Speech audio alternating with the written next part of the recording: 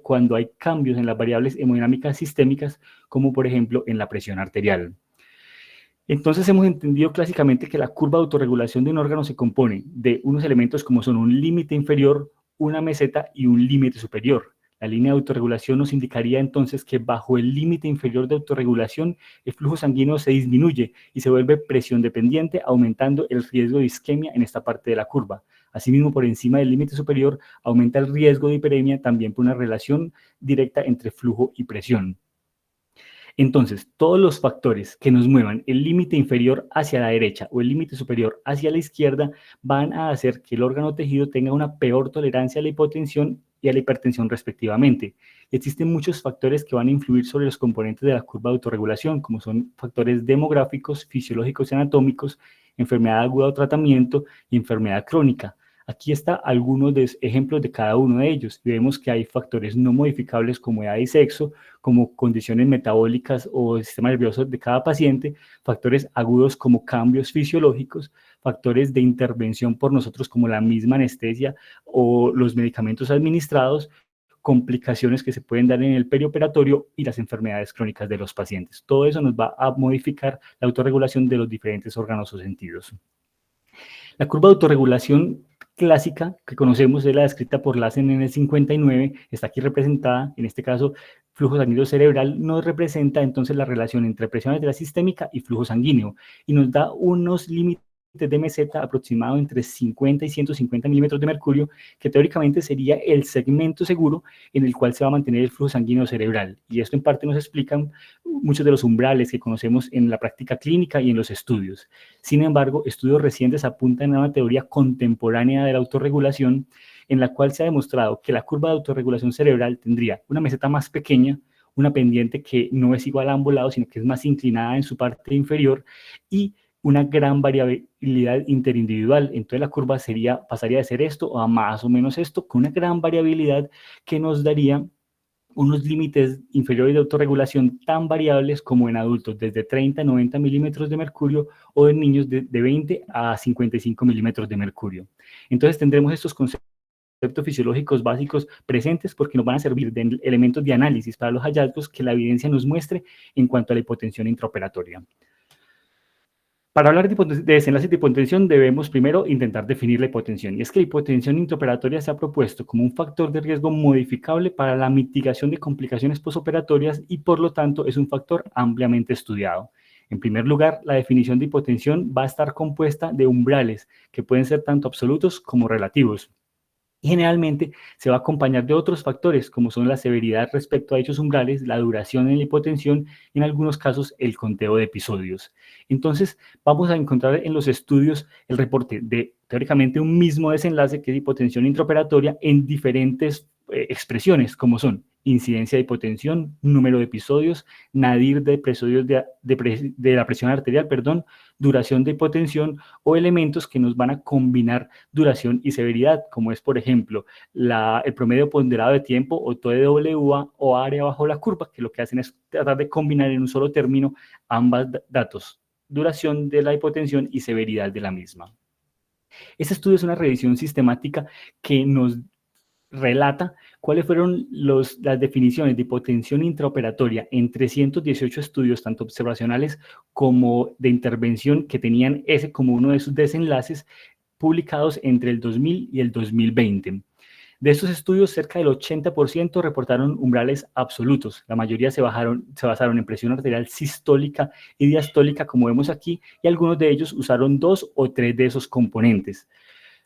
Como vemos, los datos fueron tan variables como para definir hipotensión usaron sistólicas por debajo de 55 hasta por debajo de 110 y medias por debajo de 40 hasta por debajo de 85. Lo más común fueron presión arterial media por debajo de 60 y presión arterial sistólica por debajo de 90 milímetros de mercurio. Por su parte, cerca del 40% de los estudios usaron umbrales relativos, es decir, definieron la hipotensión según un porcentaje de cambio de la presión basal de cada paciente. Como vemos, también hubo una amplia variabilidad para definirlos, como por ejemplo, cambios entre un 10 a un 80% en la sistólica o entre un 10 a un 50% en la presión arterial media. Los más comunes usados fueron un 20% de descenso respecto a la basal para definir hipotensión tanto con la sistólica como la presión arterial media. Y aquí es importante definir que el punto de referencia más usado fue la presión arterial inmediatamente preinducción, lo cual sabemos que puede ser inadecuado porque ignora la incidencia de hipertensión de bata blanca en este contexto. Finalmente, cerca de la mitad de los estudios incluyeron la variable tiempo en su definición y como vemos también hubo gran variabilidad. Se usó desde más de 1 minuto de exposición para definir que el paciente estaba en hipotensión intraoperatoria hasta exposiciones de más de 30 minutos. Lo más común fueron exposiciones de más de 10 minutos para dar la definición de hipotensión intraoperatoria. Entonces, este estudio nos relata las limitaciones significativas en la definición y reporte de hipotensión intraoperatoria, debido a que las definiciones son muy variables y van a tener poco consenso. Debido a esa diferencia, una comparación directa entre incidencia y efectos adversos va a ser difícil y muchas veces es imposible. Y también nos relatan que muchos estudios que definían como uno de sus desenlaces la hipotensión intraoperatoria ni siquiera tenían una definición clara de qué era para ellos hipotensión intraoperatoria dentro del estudio. Entonces, los mensajes para tener en cuenta hasta el momento son que la presión arterial va a representar la fuerza conductora que lleva el flujo sanguíneo a los tejidos. Sin embargo, la perfusión de cada órgano se relaciona con la autorregulación y microcirculación. El enfoque actual nos indica que la autorregulación cerebral tiene una meseta más estrecha de lo que usualmente está descrito y cuenta con una gran variabilidad interindividual. Y definir la hipotensión intraoperatoria es un reto, dada la gran variedad de valores, de umbrales y de estimados reportados en los diferentes estudios del tema. Entonces vamos a revisar qué nos dice la evidencia respecto a desenlaces cardiovasculares. Empecemos por lesión miocárdica posoperatoria. Los estudios observacionales son abundantes en este sentido. Esta es una cohorte retrospectiva de más de 57.000 pacientes llevados a cirugía no cardíaca que buscó la relación entre hipotensión intraoperatoria y desenlaces posteriores, comparando el uso de umbrales absoluto y umbrales relativos. En esta cohorte, la presión arterial media estaba registrada por un sistema de monitoreo automático que no era modificable por el tratante y lo que sí podían era reportar los artefactos. Y los desenlaces buscados fueron MINS y lesión renal aguda. MINS fue catalogado como una elevación o troponinas o CPK en los 7 días posoperatorios y lo que ellos encontraron fue que hubo un aumento de riesgo en la presentación de MINS en relación al valor de la presión arterial y del tiempo de hipotensión. Por ejemplo, comparando con los pacientes que nunca tuvieron presión arterial por debajo de 65 milímetros de mercurio, el tiempo bajo ese límite de presión tuvo un OR de 1.34 con un intervalo que no atraviesa la unidad para la exposición por encima de los 13 minutos a los 28 minutos. Y cuando el tiempo de exposición aumenta, vemos que el OR aumenta. Y cuando los cuando los umbrales disminuyen, como por ejemplo a una presión arterial por debajo de 50, vemos que tenemos OR significativos con exposiciones tan cortas como de 1 minuto, que de igual forma aumenta el OR a medida que nos aumenta el tiempo de exposición. Entonces, el MINS fue más común en umbrales de presión arterial más bajo y con hipotensión más prolongada en esta cohorte. Adicionalmente, nos refiere que la presión arterial prequirúrgica de los pacientes no tuvo un efecto en la relación entre hipotensión intraoperatoria y MINS, es decir, que la relación no fue más fuerte o más débil si los pacientes eran normotensos o hipertensos en el prequirúrgico. La otra pregunta que se hizo en este estudio fue si usar umbrales relativos o absolutos tuvo diferencias. Como podemos ver en esta gráfica, a diferentes umbrales, tanto absolutos como relativos, aumenta la probabilidad de presentar MINS, tanto cuando disminuimos el umbral en ambos casos como cuando aumentamos el tiempo de exposición de 1, 3, 5 y 10 minutos, que es la línea negra profunda. Y lo que encontraron fue que las asociaciones basadas en umbrales relativos no fueron más fuertes que las basadas en umbrales absolutos, sugiriendo que no ofrecía ventajas usar umbrales relativos. Este estudio posterior fue un reanálisis post hoc de los datos de los pacientes en los cuales la presión arterial fue registrada mediante un método invasivo como catéter arterial radial.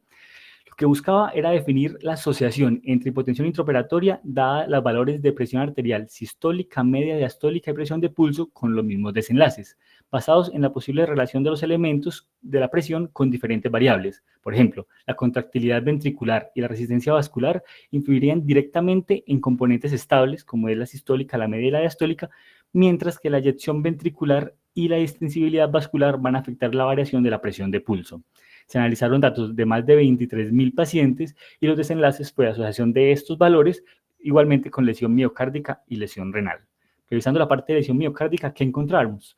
Que al graficar los diferentes componentes, sistólica, media, diastólica y presión de pulso, todos tuvieron unos puntos de cambio visuales, bajo los cuales debajo de esos umbrales aumentó la probabilidad de presentar MINS. Estos puntos visuales fueron 90 de sistólica, 65 de media, 50 de diastólica y 35 de presión de pulso. Y al realizar las regresiones, vemos que los resultados fueron similares, teniendo pues significancia estadística. Es decir, bajo presiones arteriales, bajo estos umbrales, aumentó el riesgo de presentar lesión miocárdica. La asociación en este estudio fue significativa para los valores de presión sistólica, media y de pulso, y no lo fue para la diastólica en la parte pues como estadística. Y como vemos en la gráfica, existió una asociación entre dichos componentes estandarizados de la presión arterial más baja durante un periodo de 5 minutos con la probabilidad de presentar lesión miocárdica.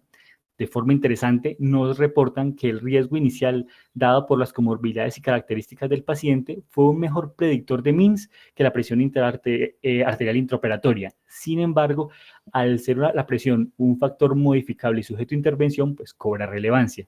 Y al ser un estudio observacional, tuvo la limitación de que solo el 25% de los pacientes tenían medición de troponinas.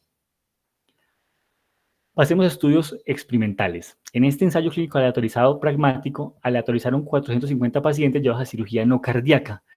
Los dividieron en un grupo de intervención donde se buscaba tener una presión arterial media por encima de 75 milímetros de mercurio en el intraoperatorio versus un grupo control en el cual se buscaba una presión arterial media por encima de 60 milímetros de mercurio.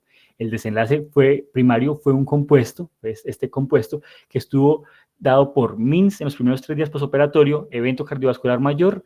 Ese evento cardiovascular mayor estaba compuesto por síndrome coronario agudo, falla cardíaca nueva o empeorada, revascularización coronaria o ACV y por lesión renal aguda.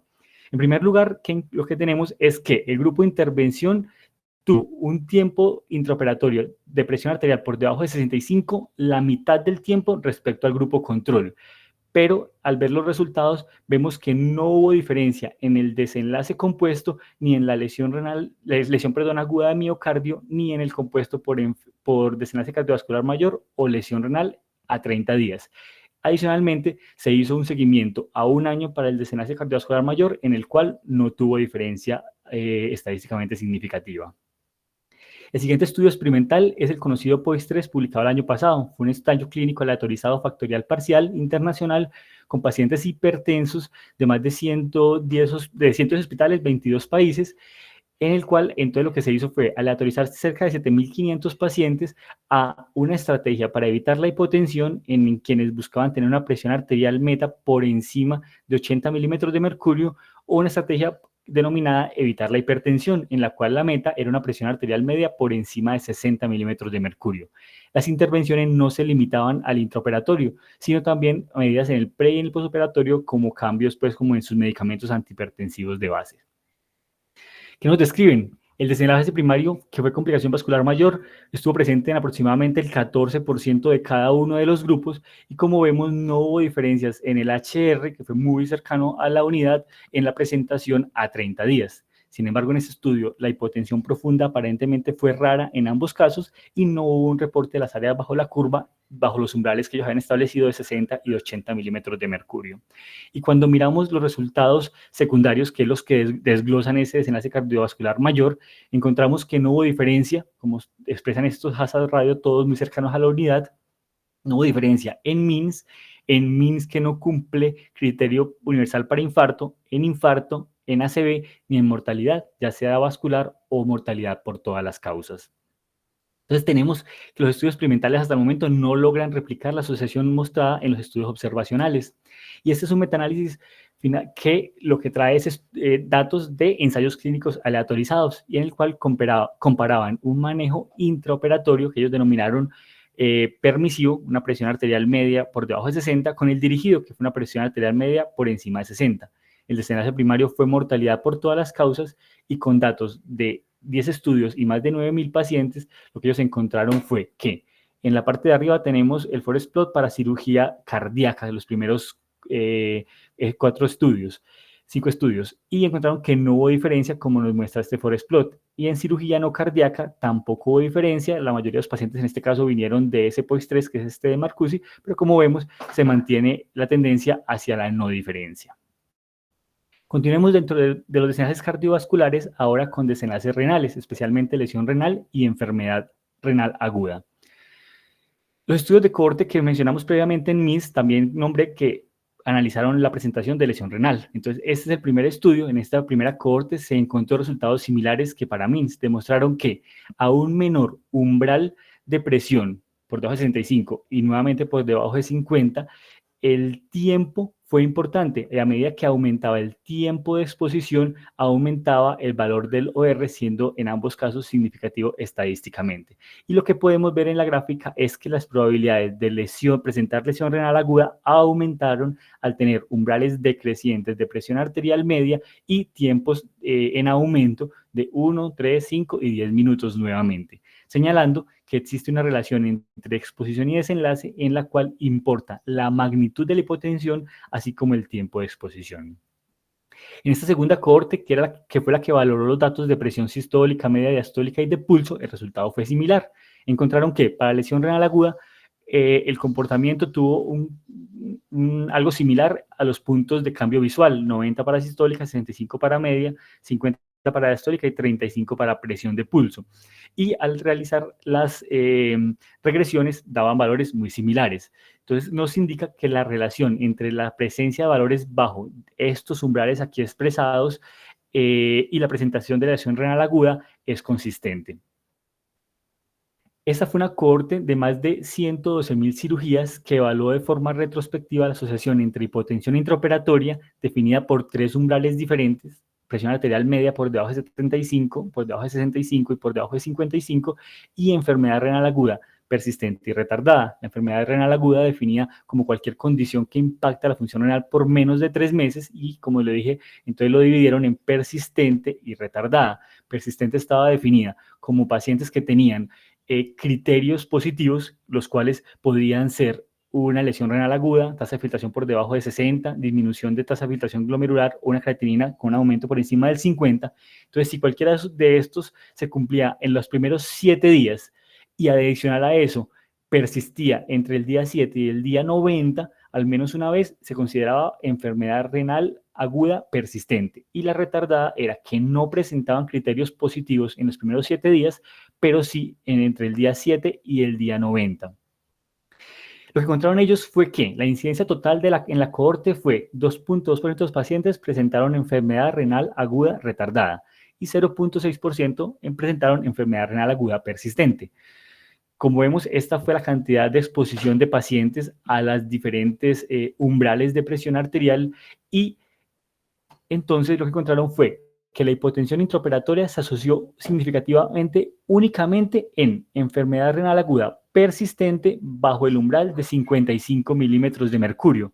Hubo tendencia de asociación en el umbral de 65 milímetros, pero sin diferencia estadísticamente significativa. Y nos refieren que los pacientes que tuvieron enfermedad renal aguda tuvieron mayores gastos de recursos sanitarios dados por aumento en readmisiones, aumento en estancia hospitalaria, necesidad de diálisis y un mayor ingreso a UCI. Entonces, en esta parte de desenlaces cardiovasculares, los mensajes para tener en cuenta es que múltiples estudios demuestran que existe una consistente relación entre hipotensión intraoperatoria y desenlaces cardiovasculares adversos, como son MINS y lesión renal aguda. Lo que no es consistente son los valores de umbral para esos riesgos. En la relación entre hipotensión intraoperatoria y desenlaces adversos, el tiempo y la magnitud de exposición parecen ser un factor que tiene un papel importante. Y los estudios experimentales no han logrado de forma consistente demostrar una causalidad entre presentación de hipotensión intraoperatoria y desenlaces adversos cardiovasculares.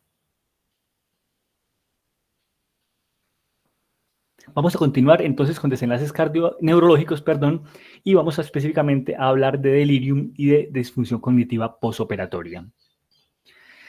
Esta fue una cohorte prospectiva que investigó los efectos de cambios en presión arterial intraoperatoria con la asociación en delirium, tanto hiper como hipoactivo. Le hicieron el seguimiento a los pacientes que tenían fractura de cadera mayor de 60 años, una cohorte de 227 pacientes, valoraron a los pacientes a ser prospectivo, tanto previo como en la primera semana posoperatorio, y encontraron que hubo una incidencia de delirium tan alta como 53% en los pacientes durante la primera semana posoperatoria.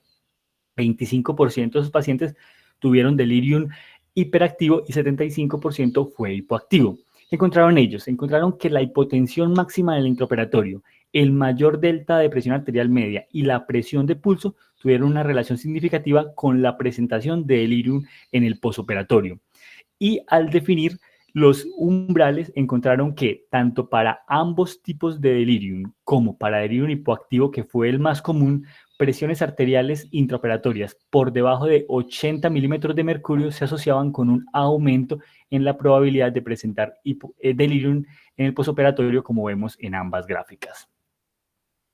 Esta fue una cohorte retrospectiva estadounidense con datos de más de 1.000 pacientes que fueron admitidos a UCI en el posoperatorio inmediato de cirugía no cardíaca. Esos pacientes se evaluaban en la UCI con la herramienta CAM-UCI 2 veces al día, y lo que encontraron ellos fue que el 35% de los pacientes tuvo delirium en los primeros 5 días posoperatorio en la UCI, y la hipotensión intraoperatoria tuvo una asociación moderada con una mayor probabilidad de delirium en el posoperatorio.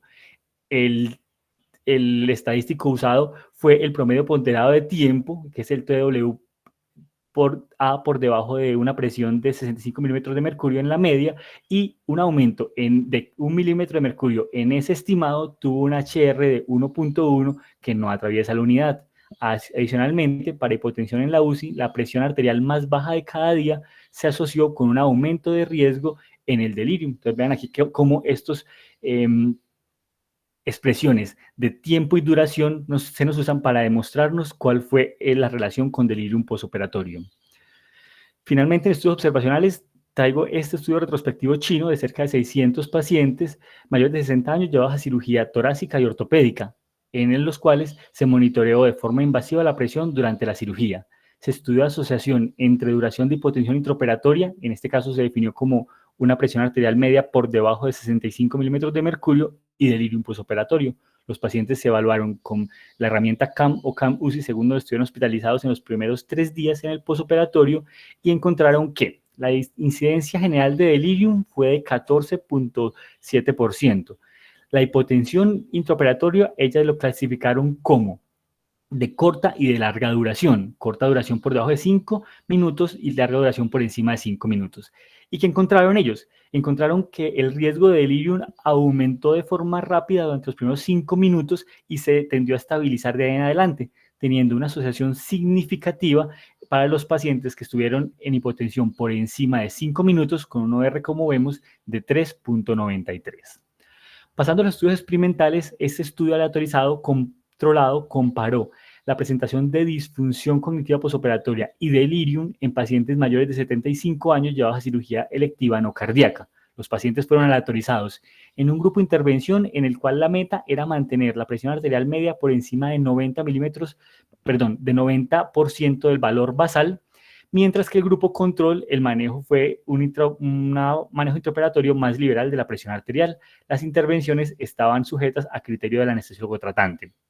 ¿Qué encontraron ellos? Entonces fue que el grupo intervención pasó un mayor porcentaje de tiempo con presión arterial por encima del 90% que el grupo control, que era lo que se buscaba, y eso es lo que nos expresa esta parte del gráfico, el grupo intervención en blanco. Sin embargo, las incidencias del desenlace fue 7% de pacientes del grupo de intervención tuvieron disfunción cognitiva versus el 11% del grupo control, y en delirium 6% en el grupo de intervención versus 14% en el grupo control. Ambos no tuvieron diferencias estadísticamente significativas. En cuanto a metaanálisis, tenemos esta revisión sistemática de estudios clínicos aleatorizados de intervención que analizó la comparación entre metas de presión arterial alta y presión arterial baja en el intraoperatorio. Encontraron datos total de 5 estudios que, con datos de 4 que tenían datos para disfunción cognitiva posoperatoria y 2 para delirium posoperatorio, como vemos, no hubo diferencia en la incidencia de disfunción cognitiva y de delirium en el postoperatorio. Vemos que ambos RR tienen intervalos de confianza que atraviesan la unidad y nos dicen que la hipotensión prolongada sí estuvo relacionada con una mayor estancia en UCI. Entonces, en esta segunda parte, los mensajes para tener en cuenta que tenemos es que la hipotensión intraoperatoria tuvo relación con un aumento en la presentación de delirium postoperatorio en estudios observacionales.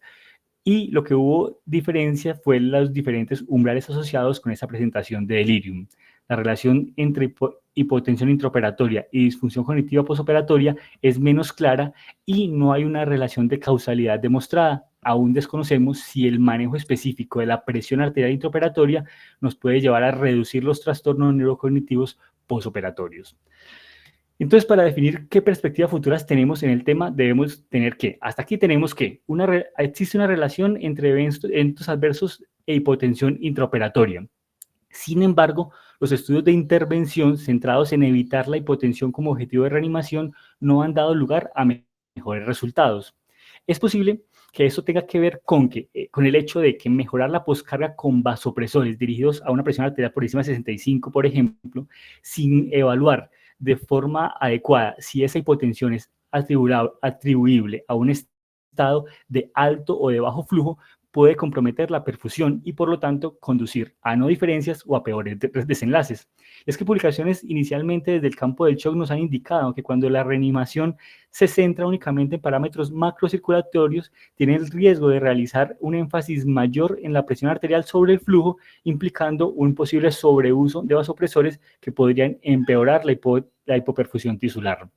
Es aquí donde aparecen posibles métodos que nos ayudarían a enfocar el manejo o a tratamiento de estos pacientes, como son, por ejemplo, métodos no invasivos para detectar alteraciones en la perfusión periférica, que podrían ser marcadores relevantes para identificar la inestabilidad circulatoria. Este, por ejemplo, es el índice de perfusión, que es un índice pletismográfico derivado de la pulsioximetría, en el cual el valor del índice de perfusión lo que nos va a representar es una relación entre los componentes pulsátiles y no pulsátiles de la circulación periférica, que van a ser el resultado de dos determinantes principales: el gasto cardíaco representado por volumen sistólico y el tono vascular dado pues por el balance entre el sistema nervioso simpático y parasimpático a nivel periférico. Entonces, los valores de este índice de perfusión nos van a depender de flujo sanguíneo en circulación y el tono vascular, y nos van a permitir identificar situaciones clínicas, como por ejemplo diferencias si tenemos una vasoplejía moderada o severa, porque como vemos va a haber diferentes cambios en esos determinantes que nos van a dar aumento o disminución de esa índice de perfusión, así como en hipovolemia y en falla cardíaca.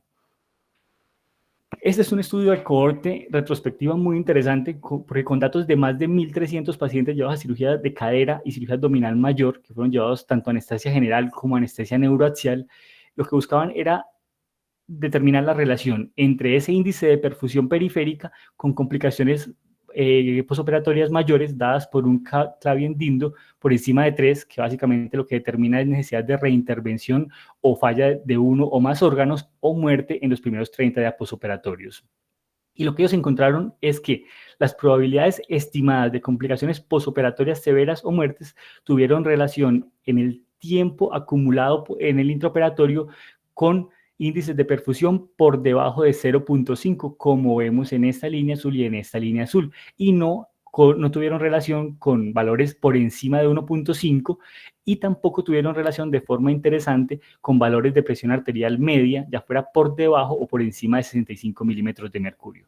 Sin embargo, la presión arterial media por debajo de 65 milímetros de mercurio sí tuvo relación con eventos adversos solamente en los pacientes que tenían ese índice de perfusión por debajo de 0.5.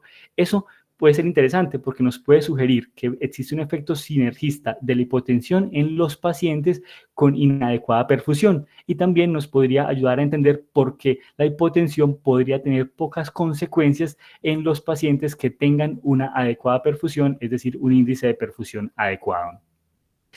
La segunda forma en que se puede mirar a perspectivas futuras el manejo de esta hipotensión intraoperatoria es la identificación en tiempo real de hipotensión, de los endotipos de hipotensión intraoperatoria. Este fue un estudio publicado el año pasado en el cual nos muestra cómo mediante un algoritmo de inteligencia artificial lo que hicieron fue alimentaron los datos de hipotensión intraoperatoria definida con una presión por debajo de 65 milímetros de mercurio y estas otras variables disponibles para esos pacientes: índice de volumen sistólico, frecuencia cardíaca, índice cardíaco, resistencia vascular periférica y variación de presión de pulso.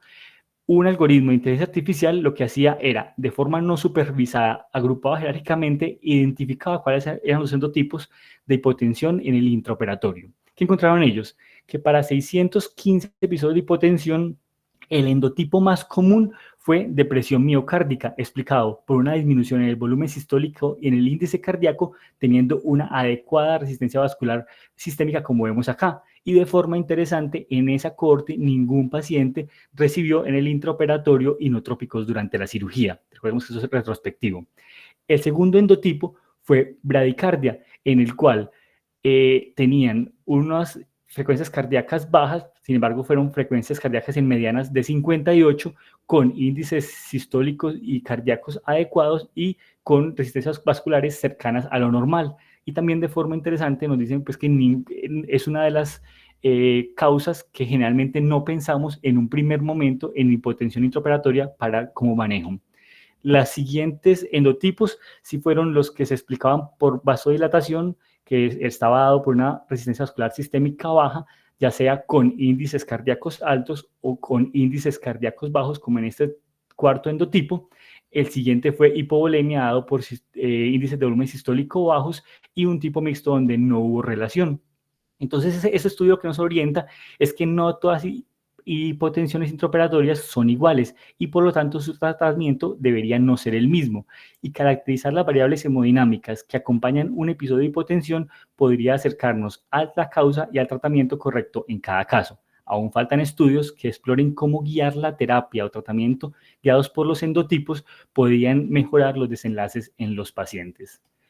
Finalmente, otra forma de abordar el manejo de la hipotensión intraoperatoria, investigado reciente, es tener umbrales personalizados basados en la monitoría intraoperatoria de la autorregulación cerebral. Este estudio lo que hizo fue que pacientes llevados a cirugía cardíaca, 460 pacientes, los aleatorizaron a que dentro de la cirugía tuvieran en un grupo la presión arterial manejada según políticas institucionales, y en el grupo de intervención, entonces, su límite para la presión arterial, el límite inferior, iba a ser que estuviese por encima del límite inferior de la autorregulación, esto medido mediante un sistema de Doppler craneal.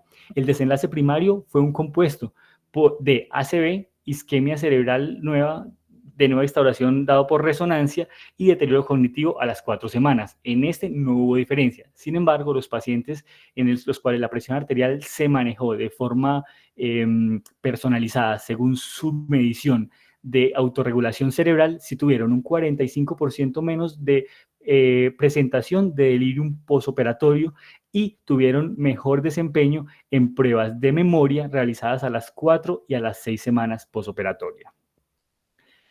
Entonces, según todo lo que hemos revisado, recientemente en el mes pasado aparece este consenso que es el más reciente de manejo actual y tiene 4 recomendaciones grandes que nos hacen.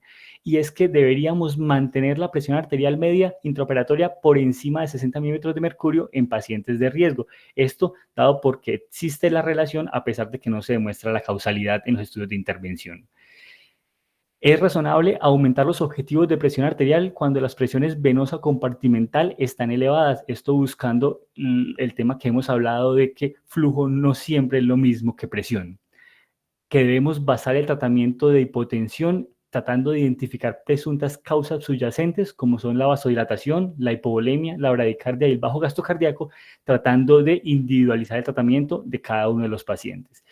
Y que cuando tratemos la hipertensión en el intraoperatorio tengamos precaución, que después de ese tratamiento no lleguemos a hipotensión, que generalmente ha estado más asociada a desenlaces adversos.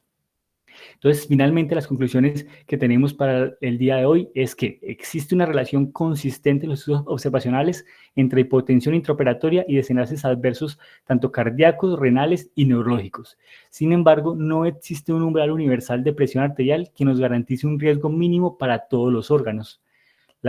Entonces, la presión arterial intraoperatoria por sí sola puede que no sea un factor de riesgo independiente para desenlaces postoperatorios adversos, y tecnologías como, por ejemplo, monitorear la perfusión periférica podrían ser útiles porque nos podrían ayudar a mejorar su rendimiento.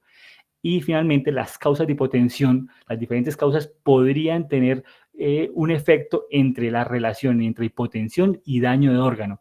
Identificar esos endotipos de hipotensión nos podría orientar a un manejo específico en el intraoperatorio para el cuidado de nuestros pacientes. Muchas gracias por su atención y quedamos abiertos a comentarios. ¿Dudas, preguntas, comentarios?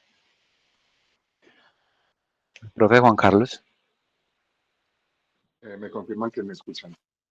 Sí, señor. Sí, profe. Hombre, felicitaciones.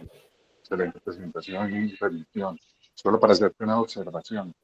El gasto cardíaco, las variables que lo determinan, las siglas están bien, pero en inglés. VS no es volumen sistólico, es volumen stroke. O sea, volumen de eyección, que son variables hemodinámicas diferentes. Una cosa es volumen sistólico y otra cosa es volumen de eyección. Pero de resto, excelente. Te felicito. Profe, muchas gracias por la claridad, muy amable. Profe Rubén Darío Ramírez. No, yo quería pues hacer como un pequeño aporte, hacer mucho énfasis que nosotros los médicos cada día a veces nos fresqueamos mucho con las hipotensiones en el intraoperatorio, y este seminario es un llamado a que pongamos mucho cuidado en esos pacientes que no hacen hipotensiones desde el principio. Lo otro, si bien es cierto, no hay números específicos, números mágicos en medicina que uno dijera 60, ya por debajo de 60 voy a dañar al riñón, no voy a tener un deterioro cognitivo en el paciente. Pues si bien es cierto, no hay esos números mágicos, yo sí creo que los ancianos por debajo de 65 de medias son pacientes que nosotros tenemos que abrir el ojo y las antenas, pues porque definitivamente esos pacientes hay que intervenir inmediatamente, se ponen hipotensos. Y el otro concepto es con respecto a los pacientes jóvenes. Los pacientes jóvenes de pronto nos dan un margen mucho mayor. Este seminario también es un cuestionamiento grande que se hace a esas cirugías donde los cirujanos plásticos le exigen a los anestesiólogos a hacer hipotensiones intraoperatorios para que el paciente no sangre. Eso para mí es absolutamente peligroso, deletérea, diría temerario. Pues yo nunca he trabajado en este tema, pero de verdad yo considero a los anestesiólogos que les toca asumir esa responsabilidad de manejar en pacientes, incluso veteranos, hipotensiones para que el paciente no sangre en un intraoperatorio.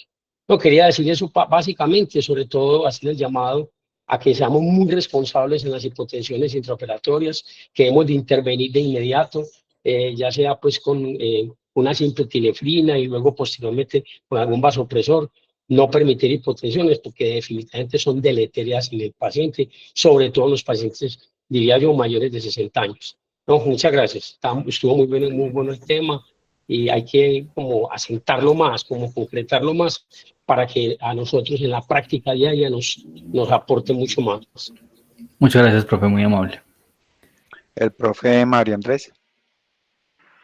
Bueno, Jason, dos preguntitas, felicitaciones.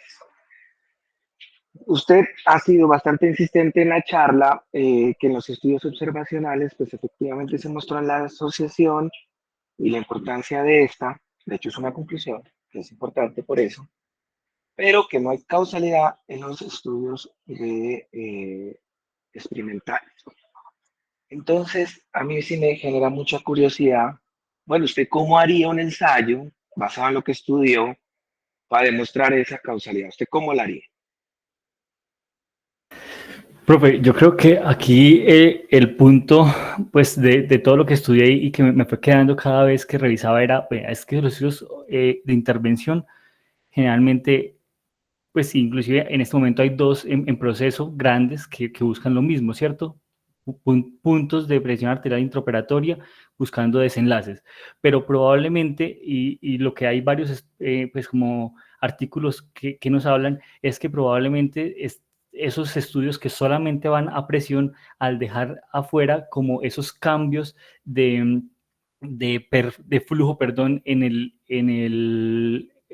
nivel periférico, probablemente es donde encuentran, dada la gran variabilidad, no lograr demostrar. Una de las posibilidades que yo plantearía sería pues un control de los factores pues asociados a los pacientes, pero el segundo yo creo que podría tener que ver con tratar de identificar en el intraoperatorio cuáles son las causas de esa hipotensión y cómo en los diferentes pues, como tipos de hipotensión sí podría haber diferencias en el manejo, en los desenlaces. Es decir, probablemente, no sé si en un análisis de subgrupos o acompañando, no solamente teniendo una meta de presión arterial, sino acompañando con algún tipo de estimación de la perfusión o del flujo periférico, ya sea pues el índice de perfusión que mostré, que obviamente apenas pues va en avance los estudios, pero tratar de determinar no solamente variables hemodinámicas macrosistémicas, sino intentar determinar en la intervención otra variable que acompañara esa indicación de intervención a la hipotensión para intentar encontrar si hay diferencias en los desenlaces posoperatorios. Bueno, Jason, la cosa es la siguiente. En los estudios que usted mostró, por ejemplo, el POIS-3 y el estudio de delirium en pacientes ancianos, el control realmente no es hipotensión. Si usted mira lo que esos ensayos están tratando de comprobar, es dos niveles diferentes de normotensión. Por un lado, por encima de 60, y por el otro, por encima de 90, para el caso de delirium. Y para el POIS-3, por encima de 60 y por encima del 80. ¿Por qué cree usted que no pusieron punto de corte de intervención realmente la hipotensión? Por debajo de 55, que fue lo que usted mostró en los estudios observacionales. Hombre, porque no es ético. Aquí hay un tema y a mí me preocupa el mensaje que dice así. En los estudios observacionales se ha mostrado, pero en causalidad no. Y no es verdad. En estudios observacionales sí se ha mostrado porque es la mejor evidencia disponible que tenemos para este factor de riesgo. Porque no es susceptible de hacer un ensayo clínico por consideraciones éticas, de coger un brazo de intervención, tratarlos por encima de 60 y el brazo de control ponerlos hipotensos, porque eso no es ético. O sea, aquí hay que tener eso muy presente, que para factores de riesgo no, no estamos buscando tener ensayos que muestren esto. Tal vez sí se busquen ensayos de terapias y mirar con esas terapias cómo se cambian los desenlaces, pero no del nivel de hipotensión. Porque no es ético, insisto, dejar un paciente hipotenso para ver si se complica más o no. Entonces, por eso esos dos ensayos grandísimos que usted mostró, el pues que es muy alto, realmente los controles no son hipotensos. Son diferentes niveles de normotensión. Entonces, creo que el mensaje debería cambiarse por la mejor evidencia disponible, que son estudios observacionales, nos muestra que la hipotensión efectivamente tiene efectos sobre la función cardíaca, renal y neurológica, y que esto no es susceptible realmente de investigar con ensayos clínicos, porque no es ético, para que lo tenga muy presente. O por lo menos, bueno, esa es mi opinión.